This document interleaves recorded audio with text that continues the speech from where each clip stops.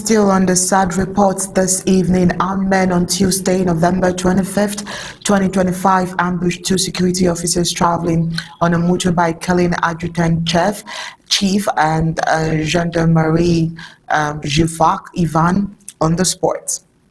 The attack occurred in Ambazonia, authorities had confirmed.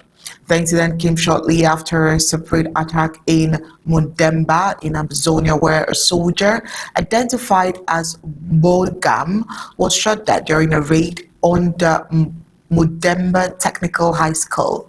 According to local sources, the soldier was inside the classroom when unidentified gunmen stormed the facility and opened fire.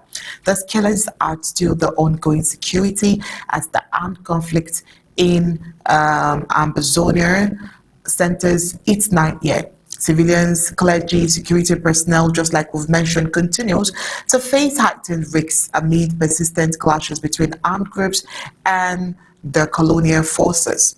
Authorities have not yet issued statements on the latest attack, and investigations are underway. But one question is, what was a security, a gendarme, doing in a classroom?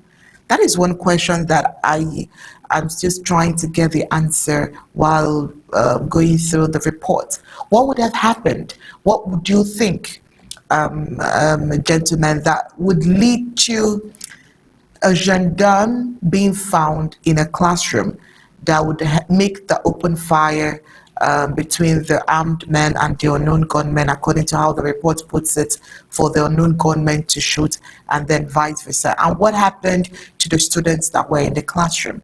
You know, it's so funny that the wars has been led into schools. It seems like some of them even take refuge in schools, which is one of the reasons I believe the government of Ambazonia is saying, if the insecurity is heightened, just like it is, students should stay at home. Parents should ensure their students are home for them to be safe. Students who are in school get killed and no one knows about it. Students who are in technical schools, secondary schools, are also getting killed. It's just so terrible that a soldier would get into a school and killed in a classroom, and that's just it. No form of security intels, no full coverage on what exactly happened even up until now. Dr. Lobati, are you scared, or are you scared for the school system in Ambazonia, because this happened in Ambazonia at this point? I don't know that I will use the word scared, but that is a tactic that La Republic has used to destroy our education system, because it was a very good system and they didn't like it because it was doing very well. Read again segments of the book that was written by a French ambassador that was banned by France, so we know the context of where I'm coming from. He said this book was banned, written by the French ambassador to Niger, Sylvain Ite, who revealed terrible secrets in their policies towards Africa. He says, we were sent to Africa to establish terror, to do education, communication, provide vaccines that destroy the fertility of the Africans and the future of Africa, not just for mining resources. And then he says that we were trained to eradicate the black race because we want Africa without Africans. That book was banned by the French government. And that is the mindset of French diplomacy in Africa. And usually the embassy controls the politics of the nation. So like in La République du Cameroun, the French embassy controls the presidency and the politics of the country. And this policy is what they use to do the mischief that you see them doing. And in Cameroon in particular, the English speaking have been a headache to the government because they had a better education system and they have insisted on truth and justice and efficiency and good education. And they have done everything to destroy it, which is why they started the genocide against our people, guided by the French. And what they did was they totally destroyed our education system. So that even the school that you're talking about, if the army is in there, what kind of education get in that school? First of all, you have very few students going there.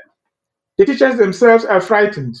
What kind of education in this modern world can a child get in such a place where if they happen to succeed to come to say to the United States or go somewhere in Europe, they will use that education to survive in this modern world and economy.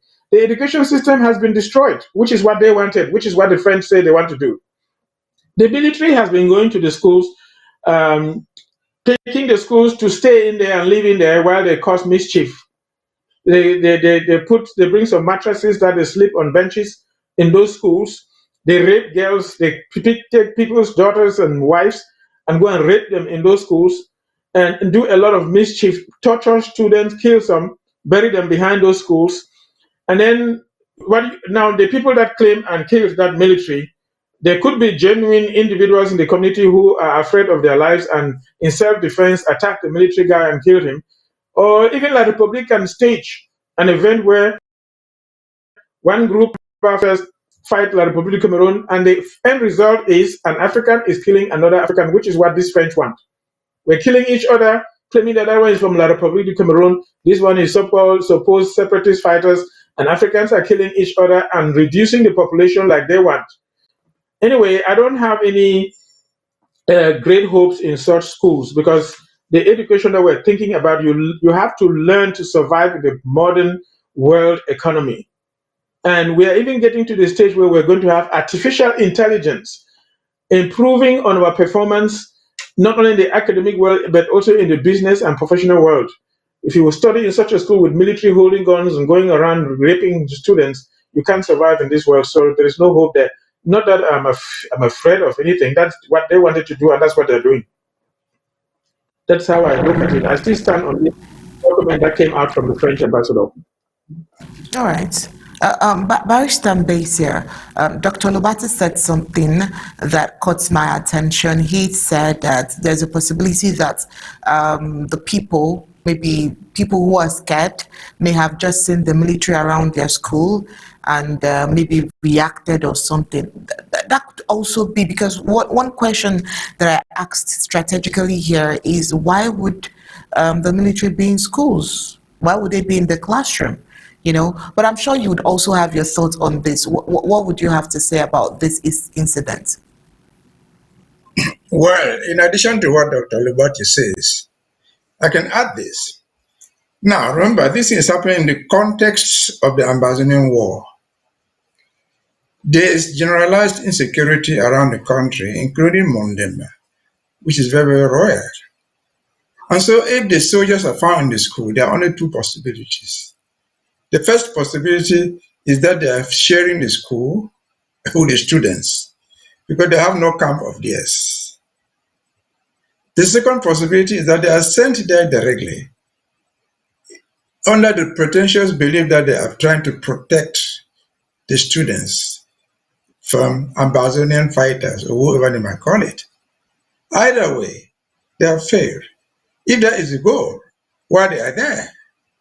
The truth is, worldwide, it's not possible for any government to put a policeman, a soldier, behind the back of every single child going to school. You cannot secure them by putting a camp there.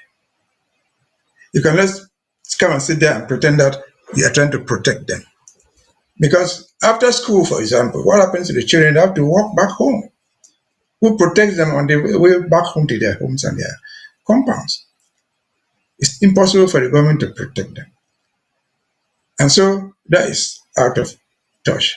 Or what is very common is that they are just hiding there to take advantage of the community, extort money from them individually, rape the women they can find. And that's the price of, that's the booty you get from going to fight a war like that. Because there are only two.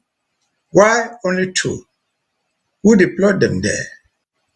By the military rules there. You don't send two people into the bush. It's not a battalion. It's not a company. What are these people doing in the royal area there in Mundemba? They are either trespassers themselves, self-made security officers, or unauthorized to be there. If authorized, they are doing the wrong thing. And then again, in a larger context, we were talking about University of Bamenda a few minutes ago. If that is happening in Mundemba, far, far away from Bamenda, what does it tell you?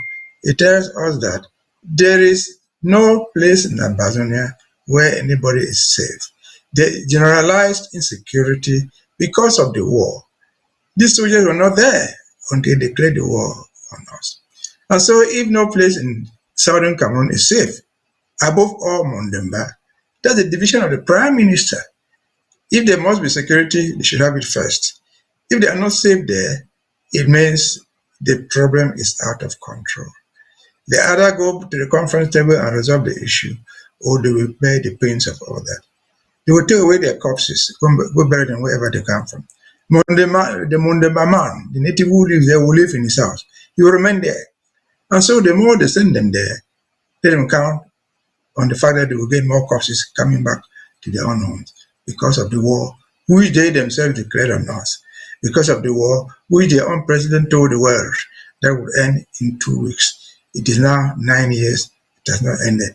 That's the practical reality of Ambazonia. Whether it is Mkambe, whether it is Mundemba, whether it is Manfe, whether it is anywhere in Ambazonia, no person is safe. No soldier is safe. They are a legitimate target. Take them out because they are not supposed to be there. They are trespassers. They are criminals. And this will only end when the government comes to the table and negotiate the terms of the end of the war. As simple as good morning. That's it. Over to you. All right. Thank you so much.